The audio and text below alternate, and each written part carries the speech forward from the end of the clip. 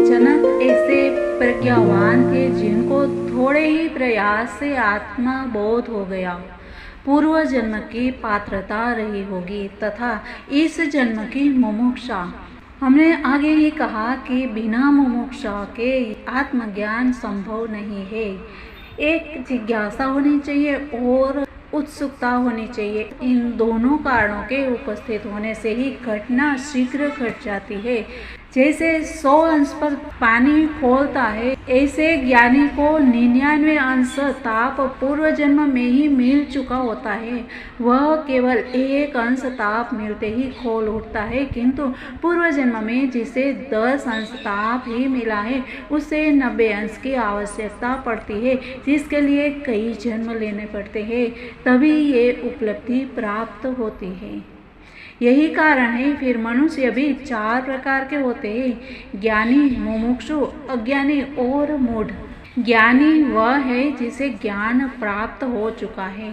मुमुक्षु वह है जो ज्ञान प्राप्ति के लिए लालायित है, उसे हर कीमत पर प्राप्त करना चाहता है। अज्ञानी वह है जिसे शास्त्रों का ज्ञान तो है किंतु उपलब्धि के प्रति कोई रुचि नहीं रखता, तथा मूढ़ वह है जिसे इस आध्यात्म जगत का भी कुछ पता नहीं है और आध्यात्मिक क्रांति बोध से आती है, अन्य क्रियाएं कहीं काम नहीं आती। अष्टावक्र जी ने कहा है कि चर्मकार चमड़ी को देखता है और ज्ञानी आत्मा को देखने की क्षमता आना ही पात्रता है, जिसे आत्मज्ञान संभव है। एक मूढ़ व्यक्ति पशु की भांति अपनी शारीरिक क्रियाओं को पूर्ण मात्र कर लेता है, वह शरीर में ही जीता है और खाना और सोना इसी मूढ़ता में अज्ञानी पूरा जीवन बिताते हैं। अज्ञानी से मुमुक्षु श्रेष्ठ है और ज्ञानी सर्वोत्तम स्थिति में है। कुछ चीजों का अस्तित्व है किंतु उनके प्रमाण नहीं दिए जा सकते। जो आंखों से देखने की है, जिसका स्वयं अनुभव किया जा सकता है, उनको प्रमाणों से सिद्ध करना असंभव है।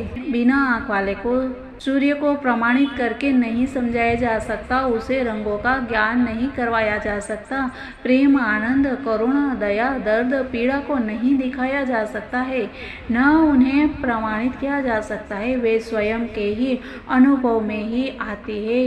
ये प्रज्ञा बुद्धि की भी एक सीमा है कि वह निर्णय ले सकती है। आत्मा, परमात्मा, ब्रह्म आदि उसकी पकड़ से बाहर है। ये इंद्रियों के विषय नहीं है। इंद्रियां स्थूल को पकड़ सकती है, सूक्ष्म छूट जाता है। सूक्ष्म को पकड़ने की विद्या अलग है, जिसका उपयोग करने पर सूक्ष्म ही ग्राह्य हो जाता है। ये विद्या ध्यान व समाधि की है, जिसमें व्यक्ति स्थूल जगत के पार सूक्ष्म के भी दर्शन कर सकता है, उसका आभास या बोध प्राप्त कर सकता है। स्थूल सूक्ष्म का ही रूपांतरण है। यदि सूक्ष्म जगत नहीं है तो स्थूल की उत्पत्ति भी असंभव है। अज्ञानी स्थूल को ही पकड़ पाते हैं, वह ज्ञानी इस सूक्ष्म को भी पकड़ लेते हैं। आध्यात्म इसी सूक्ष्म को पकड़ने का विज्ञान है। आत्मज्ञान के लिए निर्विकार चित्त व साक्षी भाव चाहिए। महर्षि पतंजलि ने कहा है, योग चित्त वृत्ति निरोध, अर्थात चित्त की वृत्तियों का विरोध ही योग है। इन चित्त की वृत्तियों को रोकने के भिन्न भिन्न विधियां हैं, किंतु उच्च बोध होने पर इन विधियों की आवश्यकता नहीं पड़ती है। ना समझ के लिए बोध काम नहीं करेगा, उनके लिए विधियां ही ठीक है।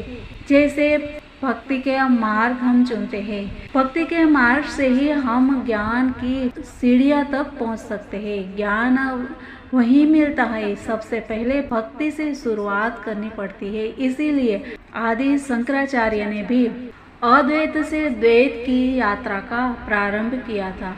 मतलब शंकराचार्य ने यह बताया कि अद्वैत को समझने के लिए सबसे पहले द्वैत में आना जरूरी है। जब द्वैत में आते हैं तब एकाकार होते हैं और फिर इससे ज्ञान और बोध होना कठिन नहीं होता है। तो इस प्रकार मित्रों, हम अपने इस यात्रा में यानी कि अष्टावक्र गीता के दूसरा अध्याय में हम आगे बढ़ते हैं। तो इसके लिए नमस्कार मेरे सनातनी परिवार, हम हिंदुस्तानी आर के चैनल पर आप सभी का बहुत बहुत स्वागत है। राजा जनक और अष्टावक्र का संवाद। इसमें आगे आता है अध्याय 2 और श्लोक 12। मैं आश्चर्य स्वरूप हूँ, मुझे नमस्कार है, क्योंकि मैं देहधारी होने पर भी अद्वितीय हूँ। मैं न कहीं जाता हूँ न आता हूँ, मैं तो संपूर्ण विश्व में व्याप्त होकर स्थित हूँ। मैं आश्चर्य स्वरूप हूँ, मुझे नमस्कार है। मेरे समान चतुर और कोई नहीं है, क्योंकि मैं तो शरीर का स्पर्श भी नहीं करता, फिर भी चिरकाल से विश्व को धारण किए हुए है। मैं आश्चर्य स्वरूप हूँ, मुझे नमस्कार है, क्योंकि मेरा कुछ नहीं है, अथवा जो कुछ वाणी और मन का विषय है वह सब मेरा ही है। ज्ञान, ज्ञेय और ज्ञाता वास्तव में तीनों नहीं है। जिस अधिष्ठान में अज्ञान से तीनों प्रतीत होते हैं वह मायामल से रहित शुद्ध ब्रह्म मैं हूँ। आश्चर्य है कि समस्त दुख का कारण एकमात्र द्वैत ही है, उसकी कोई दूसरी दवा नहीं है। बस ऐसा ज्ञान ही उसकी दवा है कि यह संपूर्ण दृश्य मिथ्या है और मैं अद्वितीय शुद्ध एवं चिदानंद स्वरूप हूँ। मैं वस्तुतः बोध स्वरूप हूँ। अपने स्वरूप के अज्ञान से मैंने उपाधि की कल्पना कर ली है। नित्य ऐसा विचार करते रहने पर यह सिद्ध हो जाता है कि मेरी स्थिति निर्विकल्प में ही है।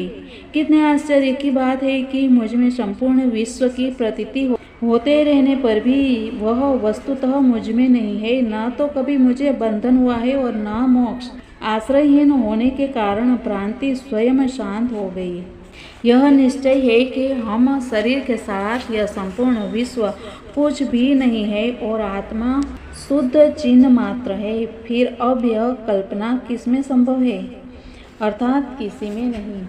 यह शरीर, स्वर्ग, नरक, बंधन, मोक्ष और भय, यह सब केवल कल्पना मात्र है। फिर मुझे चिदात्मा के लिए क्या कुछ कर्तव्य शेष है? अर्थात कुछ भी नहीं। आश्चर्य तो यह है कि भीड़ भाड़ में भी मुझे द्वैत नहीं दिखता। सब सुने जंगल के समान हो गया। अब मैं प्रीति किससे करूं?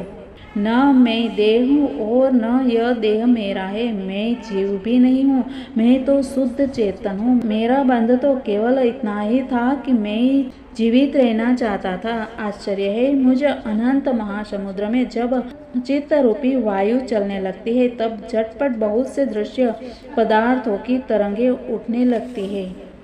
मुझे अनंत महासमुद्र में जब चित्त रूपी वायु शांत हो जाती है तब जीव रूपी व्यापारी के दुर्भाग्य से यह संसार रूपी जहाज ठहर कर नष्ट हो जाता है। बड़े आश्चर्य की बात है कि मुझे अनंत महासमुद्र में बहुत सी जीव रूपी तरंगें स्वभाव से ही उठती है। वे आपस में टकराती है, लहराती है और विलीन हो जाती है। इस प्रकार द्वितीय अध्याय यहाँ समाप्त होता है। हम इस पे चिंतन, अध्ययन और मनन करेंगे तभी हमारी बुद्धि में यह उतर पाएगा, क्योंकि इसको उतारना बहुत एक कठिन है और इस पे हमें चलना है और चल के इसको आसान बनाना है। तो मित्रों, मिलते हैं कल हम तीसरे अध्याय के साथ। ये अध्याय है मनुष्य की अज्ञानता। इस अध्याय के साथ मिलेंगे कल। तब तक के लिए सबको जय हिंद, वंदे मातरम। भारत माता की जय, सनातन धर्म की जय।